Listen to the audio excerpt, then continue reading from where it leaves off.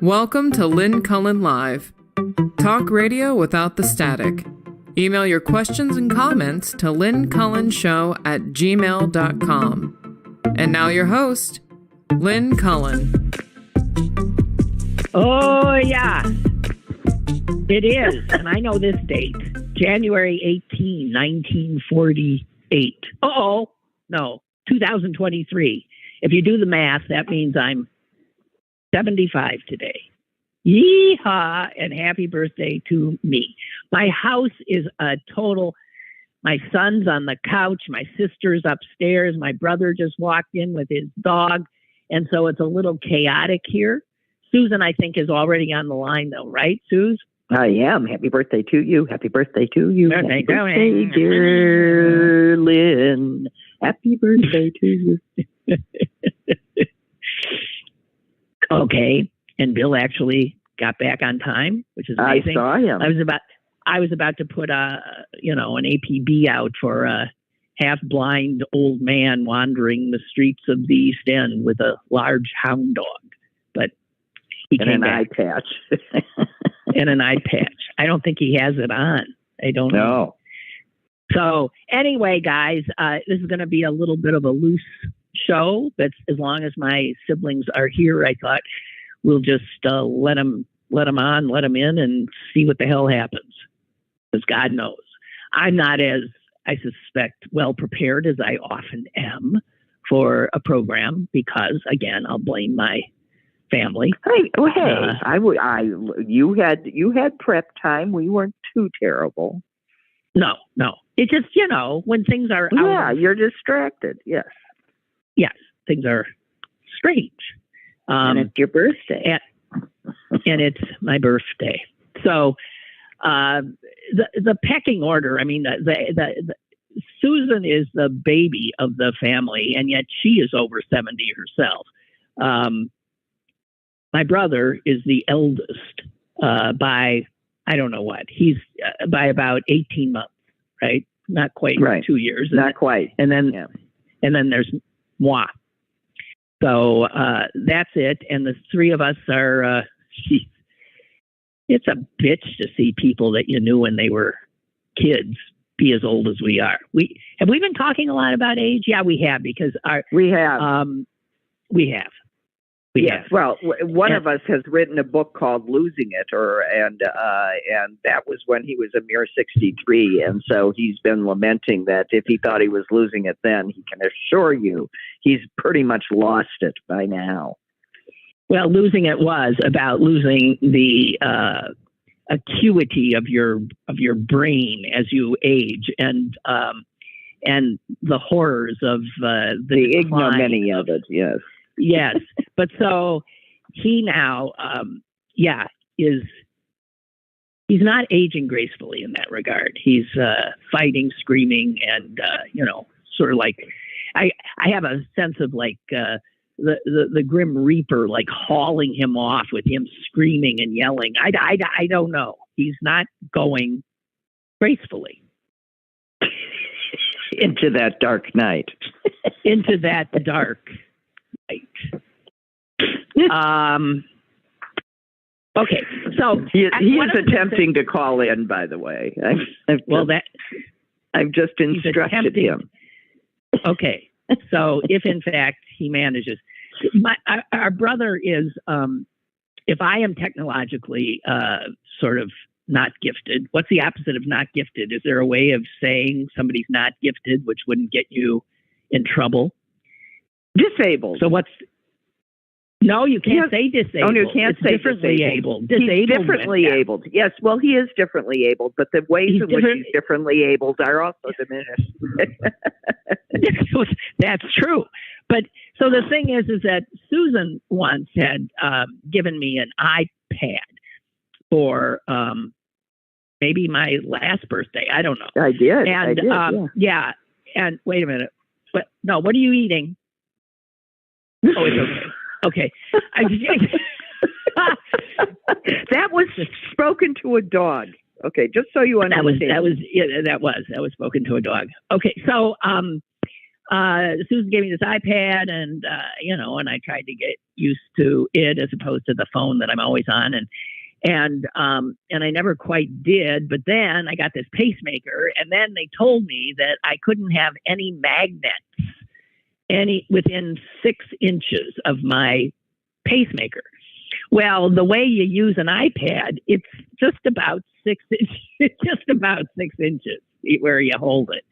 So I became afraid to even use my iPad. So last night we realized that Bill, who forgot his computer when he came, could have the iPad. So last night and ever since, Susan has been trying to school Bill on how to use the iPad, and this has been well, I've enjoyed it. Let's say that I am the only one who's enjoyed the. And I have given myself the Mahatma Gandhi award of peace and keeping fandom. it cool. Yes, right. So all that is to say, is he on, Bill? Are you on? Yeah, I'm on, and I hate Apple. How? Okay. Everything about the iPad is counterintuitive to a person who's PC or kind of an old hat at the personal computer type. Okay, so but Bill is still fighting with this new gizmo, which he will, I'm sure, come to think of as the most important gizmo in his life. That's what's going to happen. We're at the beginning of a long affair, I'm sure. But one of the things I witnessed last night when Susan was attempting to get you on this thing was you were trying to get your finger print to be what? The identification. Right. Yeah. To unlock it, right? Yeah. Because a lot of these things now you use your face recognition or your fingerprint. And I happened to come across something where questions about security on your phone, and somebody actually asked a security expert,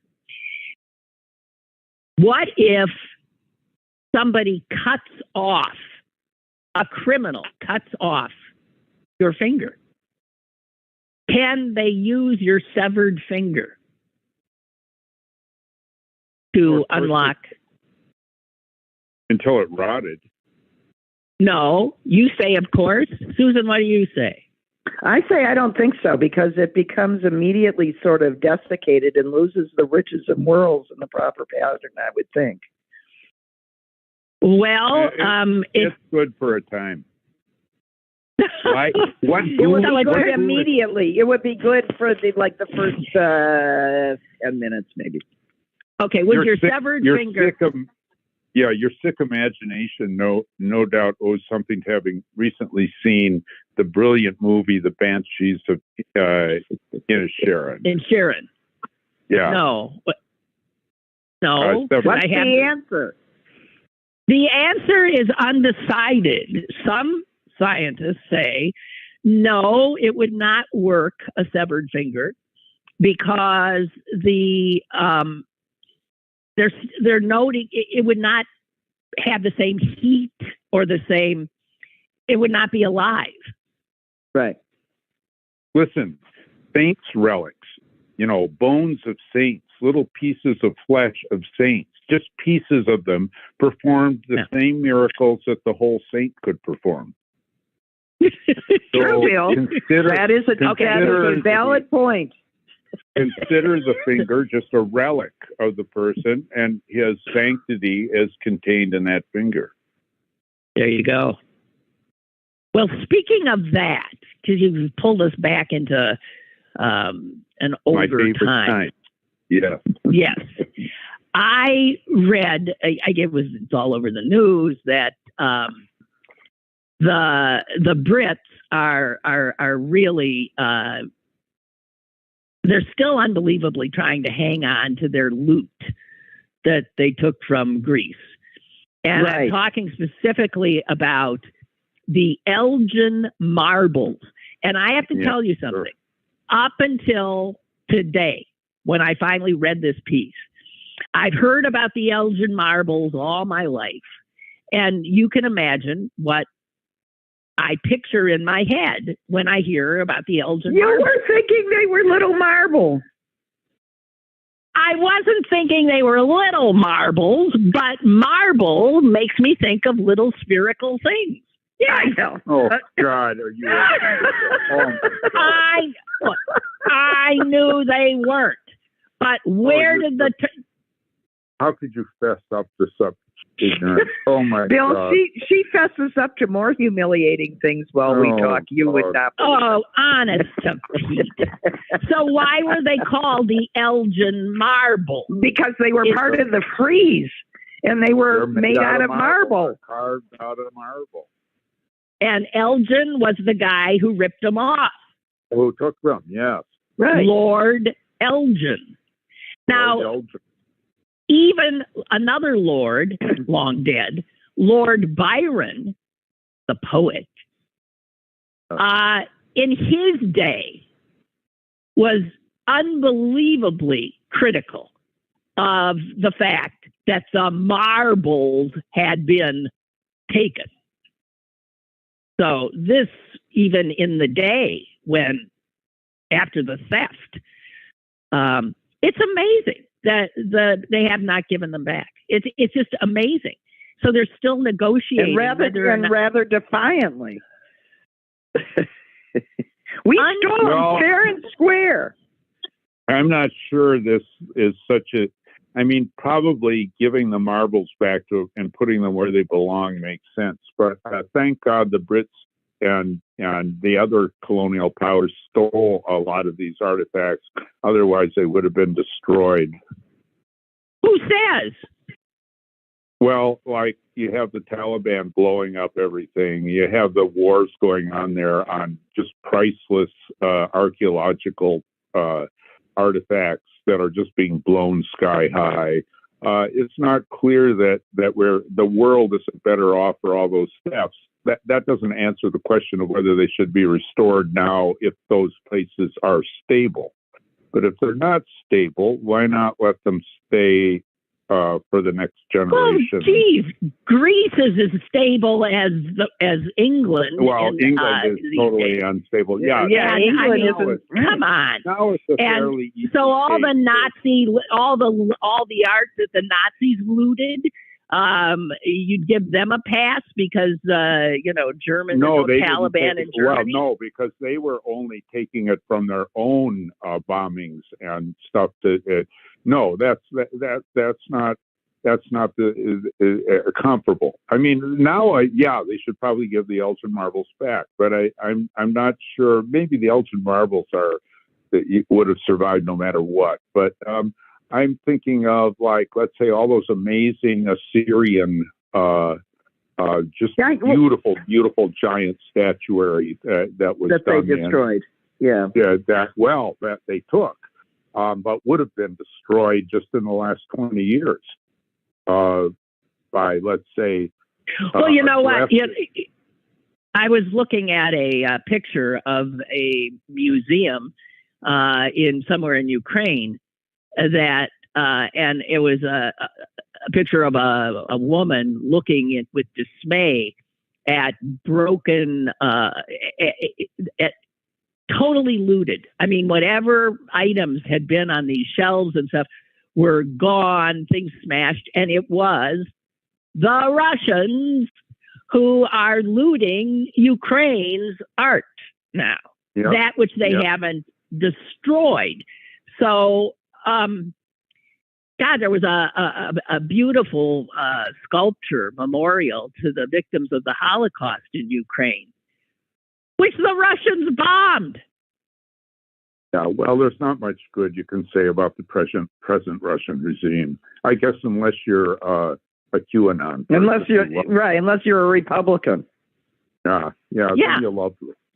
Mm-hmm. Somehow, they seem to love Putin, and they are just vile. And I sort of come full circle because when I grew up, right, in the 50s, the Russians were the ones we were scared of, right? The scary people. They were going to bomb us, kill us, all that kind of stuff. And then, the Cold War ended, and glasnost and perestroika and all that, and they became less frightening. Well, they're back. Yeah, they're back. But now half of the good old Americans love them. The very same group that was hunting down commies like crazy, in the 50s. Oh, go figure. Who knows? I mean, how can anybody be? When Susan and I were driving here for your birthday yesterday, it was 55 in southern Michigan. 55 in the middle of January. If that isn't the sign, I hear it like the pale horse, pale rider kind of galloping towards me when it was because of the temperature. It's all over. Hey, Bill. This is going to be such a happy birthday. Welcome to the family dinner table. Pass the mashed potatoes. Yeah. Well, listen. Meanwhile, I was talking about Davos yesterday. These despicable people. Yeah. And Steve Schmidt has a wonderful piece about these creeps in Davos. And I'll just read a little because he's such a good writer. No, he's a good writer. When he decides to burn the guns on somebody, it's a good fun read. Yeah. Yeah. So a great convocation of the lost, out of touch, and confused is taking place in a Swiss mountain resort that represents Earth's largest gathering of plutocrats, media stenographers, corrupt foreign ministers, heads of state, global autocrats, PR executives, CEOs, and academics. The Bacchanalia styles itself the World Economic Forum, but it's better known by its nickname, Davos. It is the supercilious domain of performative climate warriors whose self-importance is great. Their presence for conversation is so essential that their private planes are needed for fighting climate change by transporting these billionaires with messiah complexes to the conversation. He didn't say that. I just, but yeah, really. He says the ludicrousness of this affair derives from its pretensions and solipsisms around the idea that its aims are noble, its worldview beneficent, and its attendees wise. And all of that is true, right, about this thing. And what I wonder is why do we pay any attention to this crap? Well, I didn't until you made me. Twice now, Bill, twice. Right.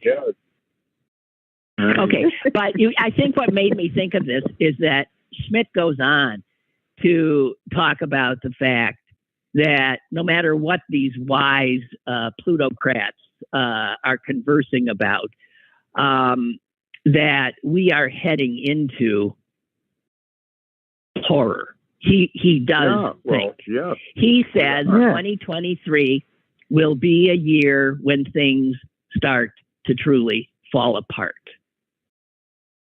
That's been happening for the past good 20 years. Yeah, well, it just accelerated. Yeah, and I mean, I could go into what he talks about. He talks about the Republicans in control of the Congress. He talks about Israel going off going nuts, which is something I do want to talk about. He also talks about that we're not even dealing with. He says probably one of the most important stories in the United States that we're not even dealing with is the coming water crisis. See, we don't even. Well, I would add the decline of the Packers. Oh, for God's sake. Well, different things are really important to different people, Lynn. And if you grow up in the decline of the Packers is of world historical importance. I mean, Yeah. Okay. Here's his sorry answer. for interrupting on that. You got back to serious matter. No. Here's how Schmidt ends it. I just want to. You'll appreciate it. 2023 is a year during which reality will not be postponed. Looking back, 1923 was a consequential year. An Austrian man who was laughed at by the elites attempted a coup in Germany. He was arrested and convicted. He was sentenced to jail. He wrote a book. When he was let out early, the New York Times covered the event. They said Mr. Hitler had been tamed by prison, was, quote, no longer to be feared, and would be retiring from politics. Well, sure. So I think part of what Schmidt's suggesting is that we can't see the forest for the trees. So in 1923... I'm always just taken aback at how much the present situation over the last 5-6 years in the United States looks like Germany in about 1927, 1929. Yeah. Exactly. Yes, it does. And anyone who doesn't see it has to be blind. Yeah. I mean, Really the same old stuff, anti-Semitism, nut job fantasy of victimization by white people. Yeah. Poor white people. Poor white people.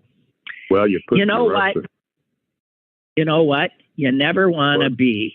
I happen to note two little things here. I just want to throw into the mix.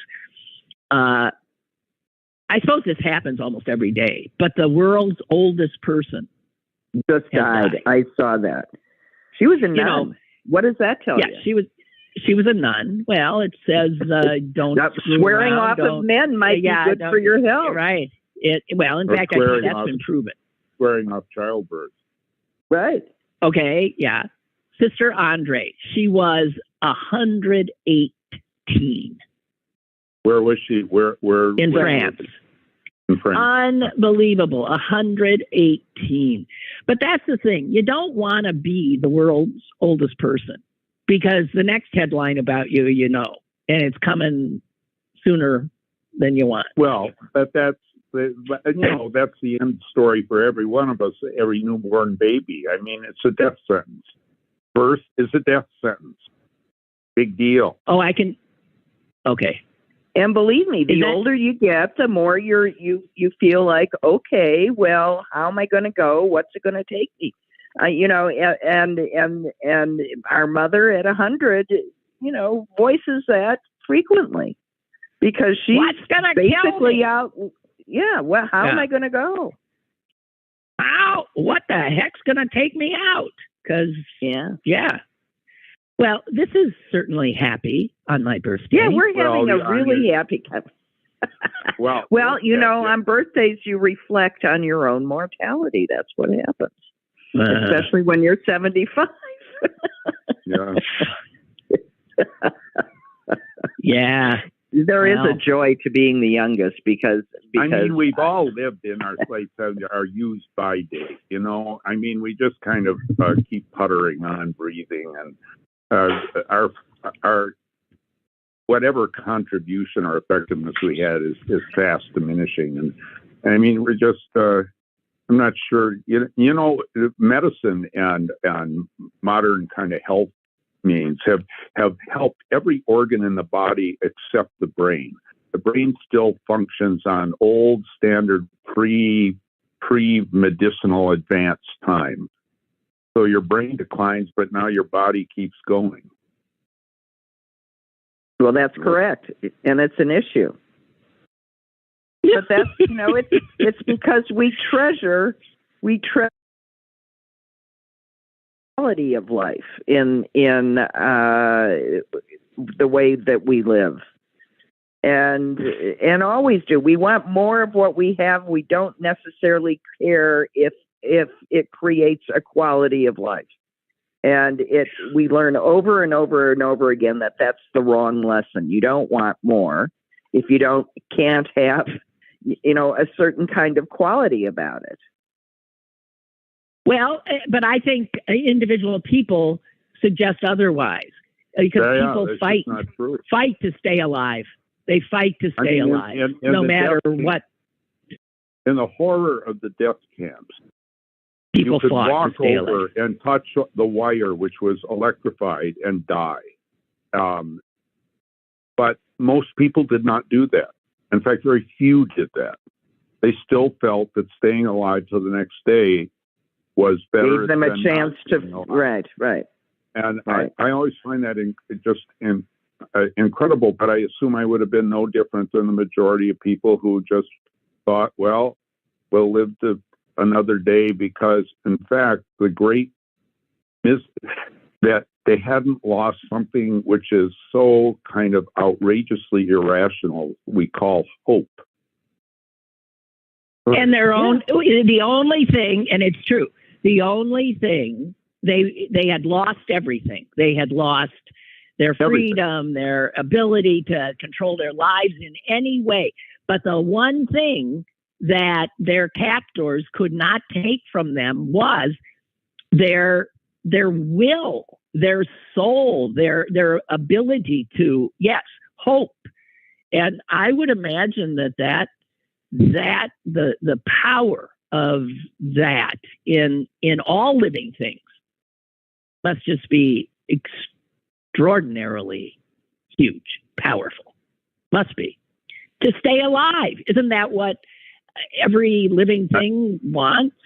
Except but I think you see, but that brings up the idea that hope is such a fundamental part of the human spirit that, and it's probably the definition of depression, is simply the absence of hope, of not being able to even envision hope. And that becomes and is defined in illness, which means that hope is, in fact, just a basic part of the health of who we are. No, the Greeks thought otherwise. They thought hope was the biggest joke played on mankind imaginable. So the whole You're always around to pop my balloon, Bill. No, I liked what Susan Well, said. I know, because you take your Greeks and their marbles and go. Well, no, let me explain, please. The Pandora's box myth is always misunderstood. It meant when the last thing, as all the evils escape the box, the one thing left mankind was hope, which was a joke, a bad joke played on them, because all that they got with a world filled with evil was hope. Hope is exactly what makes people play the lottery against infinitesimal odds and lose their money. I mean, it's just, hope is irrational. It's just irrational. That's just fine, Bill. That, as far as I'm concerned, that goes to prove what I'm saying. That it has nothing to do with reality. It is simply a part of who we are. It stuck with us. But we call despair, that's Latinized unhope, the lack of hope. That's in Christianity, or at least in Catholicism, was the sin of the Holy Ghost.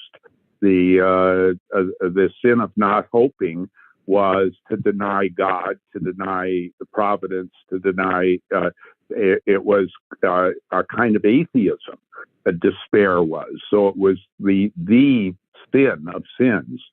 I'm not sure that that's quite right, because despair, in a sense, can produce the most heroic action. So people cornered when they know they're going to die. When they know they're going to die, will do some of the grandest things that have ever been done by anybody. And sometimes they win. Good stuff. Anybody who likes this stuff, my brother writes books on it, and so you could go buy a book. Oh, yeah. God. Honest to Pete. Would you rather be an unread live author or what if you get posthumous fame? Is that's a bitch because a lot of people, obviously. What if you were Van Gogh? Right. I mean, you die there's a million artists. Yeah. Standard. A lot of the great masters and artists have had pretty good success in their lifetimes too, but up and down afterwards. I mean, Shakespeare was number one in his own time, but he could hardly imagine that he would become the image of the highest achievement that mankind had ever achieved ever. I mean, who could imagine that? I mean, but some people actually, Milton thought he was that, and he was pretty close to it. I mean, some people have these crazed views of themselves, which they actually end up backing up. They must have been insufferable. The worst thing I actually think of is the American self-esteem movement. It's like to think of how wonderful you are, no matter how crappy you are. Like, yeah. It makes everybody. Well, that's what they're trying to turn. That's what is happening in the schools now. You know, white people want just to be told that everything they've ever done was perfect and rewrite the history thus so. So that's exactly right. That's the self-esteem movement, and it's so shaky, the American self-esteem, that it has to depend and insist on its lies. I mean, it's really sort of. Oh, you have a caller. What? You have a caller. I have a caller. Somebody wants to get in on this? Are you kidding me? All right. Who is this intrepid soul? Hello. Well, happy birthday. And happy birthday. I loved your show yesterday. I was listening to it on the drive home from Erie. But anyway, I was curious about Phil's thing, what he said about despair and how it brings out greatness in some people. It doesn't do that for me. It makes me drink. Your moment hasn't come. You're not despairing enough in the right time and situation, and I mean, it's maybe rare there's greatness. It's rare that it leads to great things, but it can. Yes, mostly advise people to drink, which I think it does to me too. Okay. I'm not alone. Yay! No. You're speaking to kindred services. But drink actually. I'm one of these happy drunks who, though a grumpy kind of misanthrope sober, becomes a humanitarian philanthrope when I'm a little loaded. I love to embrace all mankind when I'm a little. Yes, exactly. So just imagine things will get better. So what I'm hearing is Susan and Lynn like you better when you're drinking? Yes. Yeah. Sometimes. Okay. and the word that Lynn you used a few times yesterday, I love using all the time, is what? Stupider. Stupider. That's not even a word. I think it's more stupid. I know it's not, but it's appropriate because sometimes I'll do something and I'll say, "Oh, I'm even more stupider than you are," something like that. It really drives the point home.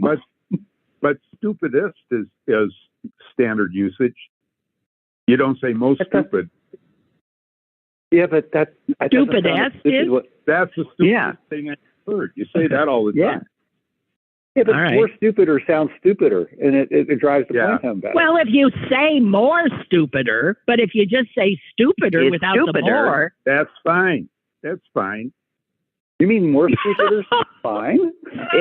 No, you keep adding the more. Leave out the more and just say your stupider is stupider than mine. What, Which you don't like more stupider, though? No, More stupider. Stupider. It is. That's why I like it. All right, you guys. Okay, I'll tell you what's stupid for this entire conversation. You're better than reality. Okay, Yeah. better than reality, but okay. Go off and feel your despair, and who knows, maybe your moment will come and you'll go down in history as a hero. Yeah. Okay. Well, happy And if birthday, you want and, to hit up my brother, do it after around 7:00. where do you have happy hour tonight? I'll meet you there. Okay. Bye. Bye. Bye. Hey, I found that there's a letter to the editor of the New York Times today from a 100-year-old guy who is not retired and is in fact a doctor, an MD. Oh, yeah. Who's Yeah. And Mother would still says, be going to him if it were her doctor. Well, he says this. His grandson got annoyed by some medical advice the 100-year-old grandfather was giving him, and he said to his father, "Well, what does he know? He's been out of school for 75 years." And the old 100-year-old doctor says he loves that. He loves the kid saying that, but because he says those closest to us keep us modest. And his name is Howard Tucker, and he lives in Cleveland. And there's a documentary in production about him. Is one of these 100-year-olds who just keeps on keeping on. But he notes this, and I wanna send it my brother's way, because you're always talking about how you're not as bright and capable as you were, in your early 60s or 50s. That you can just, you can tell your brain, and I know mine too. All of us who are lucky enough to reach a certain age, you see a decline. I can't remember feeling better.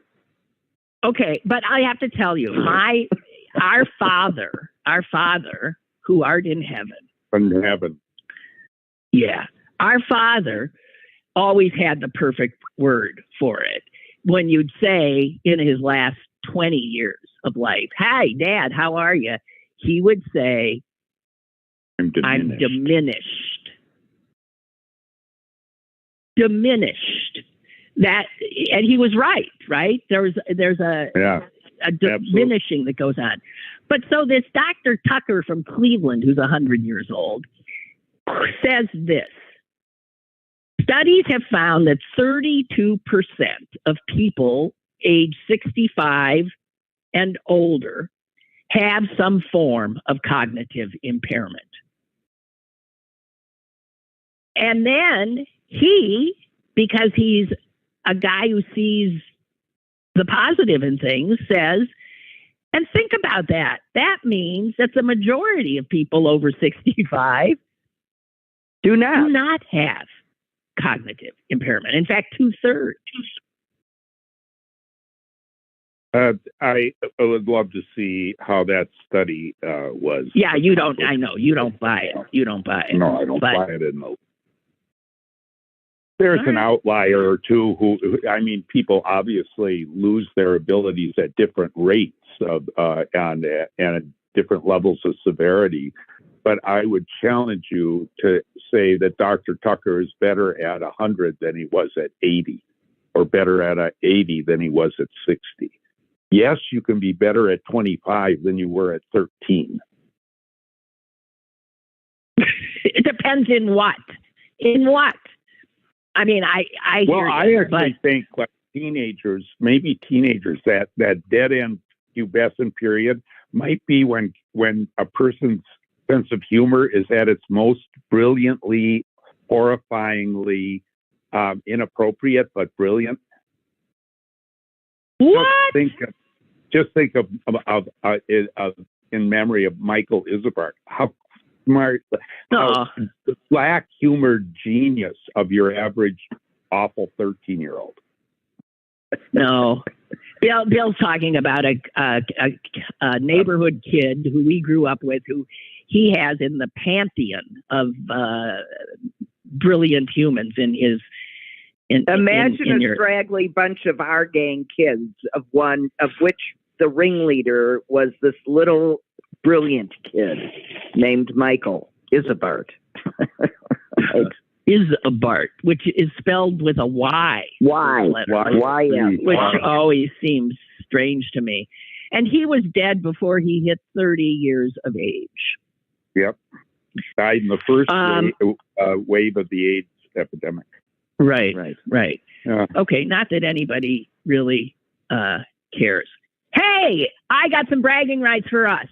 I don't know where you people have been, but somehow we failed to note last night, Miss effing USA was crowned Miss Universe. That was 2 nights ago, I think. Well, what do I know? Oh, yeah. You mean we won? We won the most beautiful woman in the world thing? Yeah, but here's the thing. She ain't white. Yay! Yeah. Miss USA is a beautiful brown American Filipina, or a Filipina-American. And here's the other neat thing about her that I just read. She's the oldest Miss Universe in, like, forever. The age limit for Miss Universe is 18 to 28. And she's 28. Good for her. She is beautiful. Congratulations. I saw a picture. Well, they're all beautiful. Beauty is only skin deep. That's right. That's true. Okay, because I have to do this to annoy my sister. I have a hairy thing. What did I do to you? No. I have a hairy thing. Well, you're going to annoy someone else more than you're going to annoy me. But go ahead. This is Maureen Dowd's thing on him, and she was saying he ain't no intellectual. He actually is in awe of his wife, Megan, because she read, it says, eat, love, pray, or whatever that is. Eat, pray, love. God. Eat, pray, eat, love. I don't know. What is that stupid book? She read it, and he couldn't imagine anybody doing that. So that tells you a lot you need to know. I'm sorry about. God. I know. God. All that inbreeding in those royal families. Oh God. Yeah. So it says here, this is Maureen Dowd saying, so Harry, just doesn't read. He couldn't get into Shakespeare despite that his father so loved Shakespeare. And in his book, Harry writes this. Well, Harry doesn't write this. His ghostwriter writes this. Right. Yeah. And here it is. I opened Hamlet. Lonely prince, obsessed with dead parent, watches remaining parent fall in love with dead parent's usurper. I slammed it shut. No, thank you. Oh yeah. He had those thoughts. Oh yes. Oh my God. Oh my God. What a joke. Oh what a. Oh, I want okay. the crap out of him. Yeah. But you have to credit the speech, the ghostwriter for seeing that. The ghostwriter. Yeah, the ghostwriter is evidently. I mean, even what's his name in the Times admitted that the ghostwriter was pretty good. Really good. No, the guy in the Guardian who wrote the parody of the book. Yeah.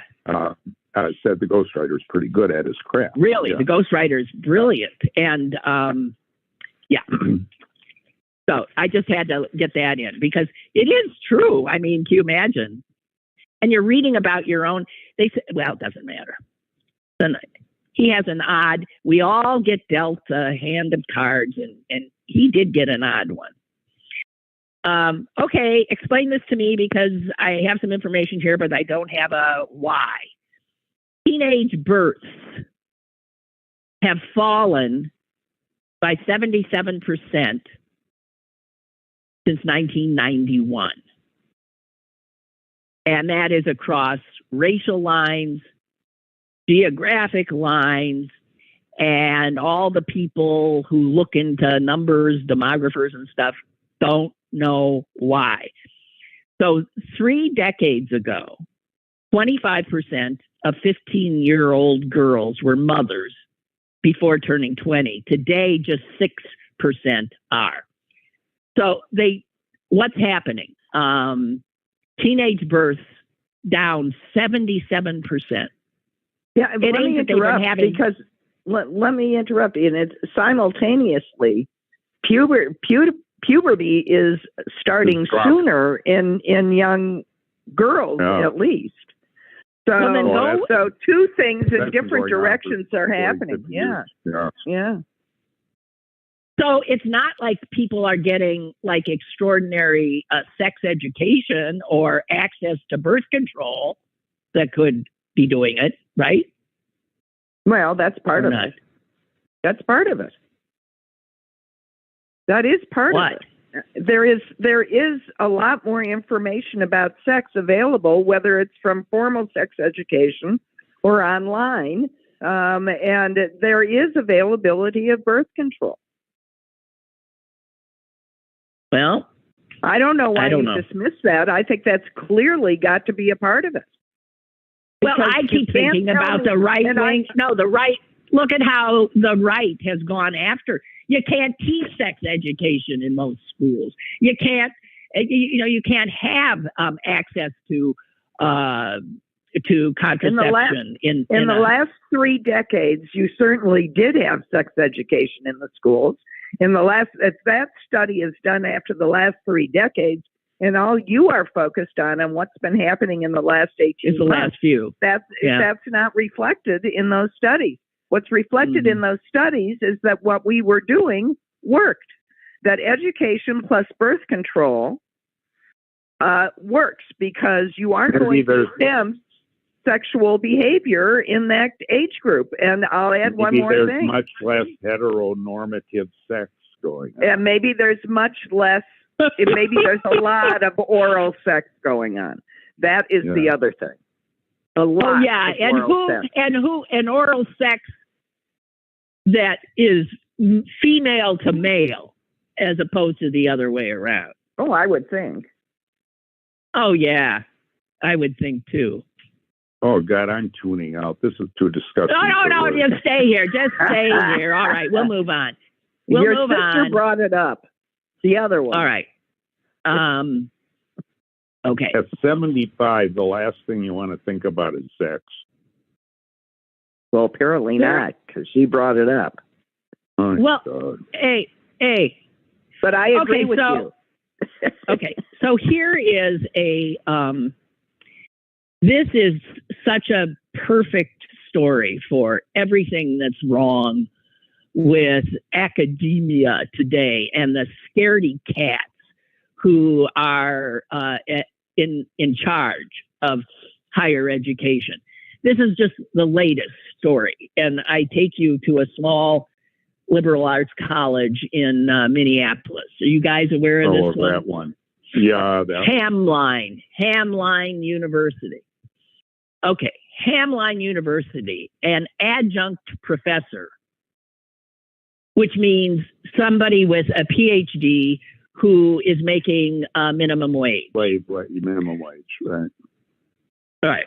While the university that's paying her minimum wage is charging the students some exorbitant sum to sit in the classroom. Hamline University sent this adjunct professor packing because she showed an respectable artistic representation of the Prophet Muhammad in her art history class. And she did this after warning day of, asking anyone who might be offended to, let her know. Nobody said anything. she shows the picture, and lo and behold, a Muslim student goes berserk, and she loses her job. Now, when I first read about this, I thought, are you kidding me? She did everything right. And do you know that this university has backtracked again? I mean, what kind of mealy mouth? They go wherever they're pushed. They've now apologized to her. She's still suing them. Oh, they've reinstated her? Yeah, I mean, this... I don't know. No, she's still suing. She brought a serious person. These are drawings that, Islam is not this unified... There's no! But there's an elaborate tradition of miniature, beautiful artwork, in which Muhammad is represented in Persian kind of manuscripts. So it's not like they're blasphemous.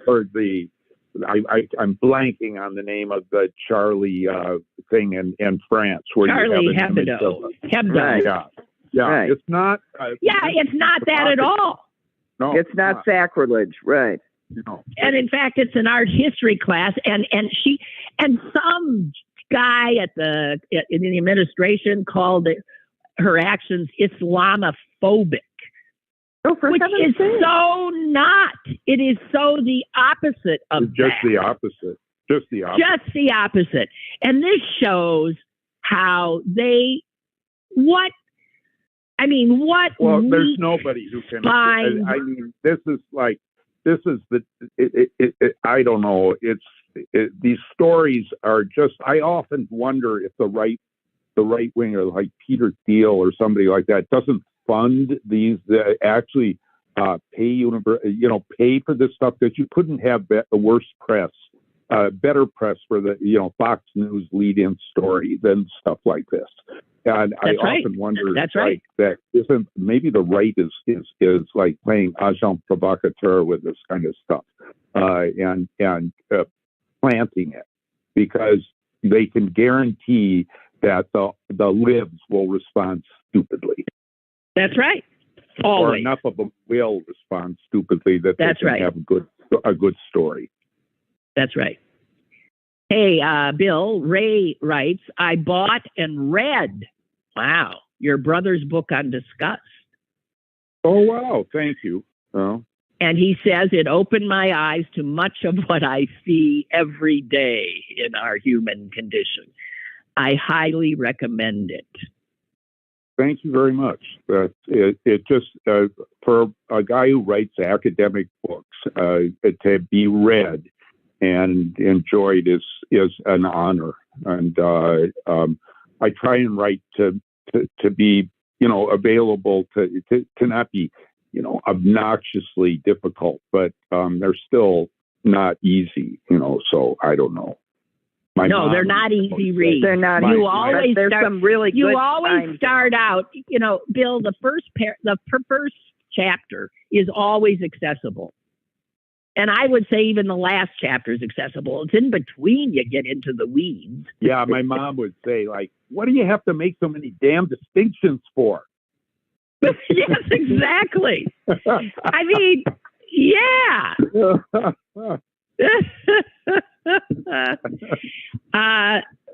Milton, because otherwise the book is only 15 pages long. That's why. Well, because every time you write a sentence, you think like, well, it's not quite right, because you can think of something that would make it not quite true, and you're just like, who knows?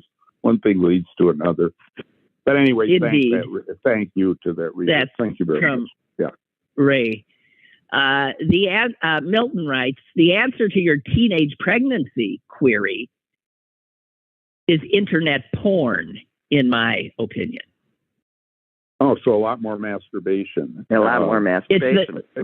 It's the same reason why births are down. That might be that certainly has to be part of the mix too. That's a smart masturbation. Yeah. Yeah. I actually, Well, Milton is usually correct. Oh. And Ray is usually yelling at us, so that was nice. Yes, that's true. This is all true. Oh. So I've heard of this before, but I mean, here it is again. Homeless people congregating outside of business and trying to get them out of there. So they play music. They play classical music. They play classical music. Beethoven gets the homeless guys out. And I'm thinking, why? Oh, they don't. Isn't that amazing? Yeah, I would think I don't know. I'd go there. I mean, really? Too. How can you not like it? I mean, you just, if you're exposed to it, you roll over Beethoven. Well, that's right. Well, geez. Chuck Berry saying we're moving up beyond that, but that's no. I mean, I have seen that they're saying that a number. They say a lot of people have tried to do this, but I understand some like Los Angeles Rite Aid stores are doing it, but they are blasting out Barry Manilow. Now that would drive me away. I right. mean, there's just no way anybody could walk into that store. Well, that's the problem. And aren't there noise ordinances? I don't understand. I don't know. And do you remember when the U.S. had Noriega, his compound surrounded? I think I got this right. And they were trying to get him out. Remember? And then right. Yeah. What did they play? They were blasting what at him? I don't know. I think they were blasting Baby Shark at him. No, that was before Baby Shark even existed. But it was something like that. Okay. Here. No. So I just got to say, though, amazing. I can see opera, maybe, but classical music. Wow. So one man's pleasure is another man's poison, horror, I guess. Unbelievable. Oh, it was heavy metal. Heavy metal got Noriega out. Yeah. Yeah. Yeah. Yeah. Okay. And I just want to know, so people, feel better about everything, that in the state of Ohio, they have signed a bill which now says that natural gas is to be defined as green energy. Right. That was horrifying. That shows you what a lobby can do. That's right. By the Dark way, money group. It was Guns N' Roses and the Doors. To get Noriega, Guns N' Roses. Yeah, it featured. I Fought the Law by Clash, Panama by Van Halen, U2's All I Want Is You, and Bruce Cockburn's If I Had a Rocket Launcher, and Guns N' Roses and the Doors both played starring roles. Those are actually pretty good. That's pretty good stuff. Well, so it all depends. So what would be the music that would get you out? What I mean, it's a very personal thing. Oh, very. God, I don't.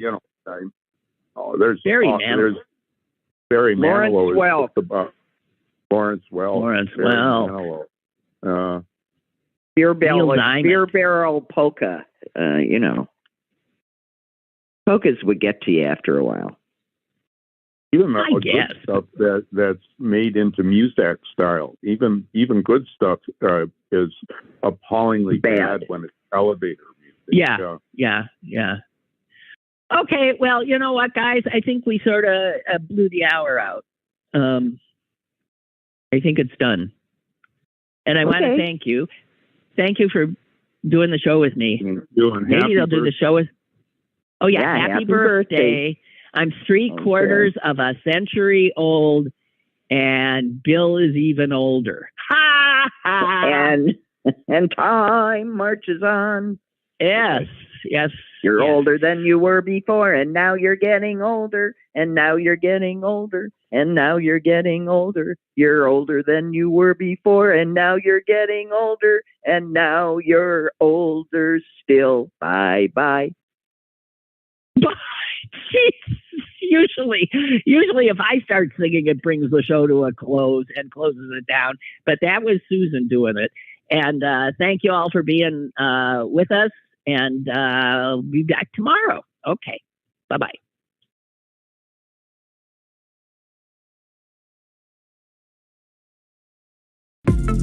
Lynn Cullen Live, Monday through Thursday from 10 a.m. to 11 a.m.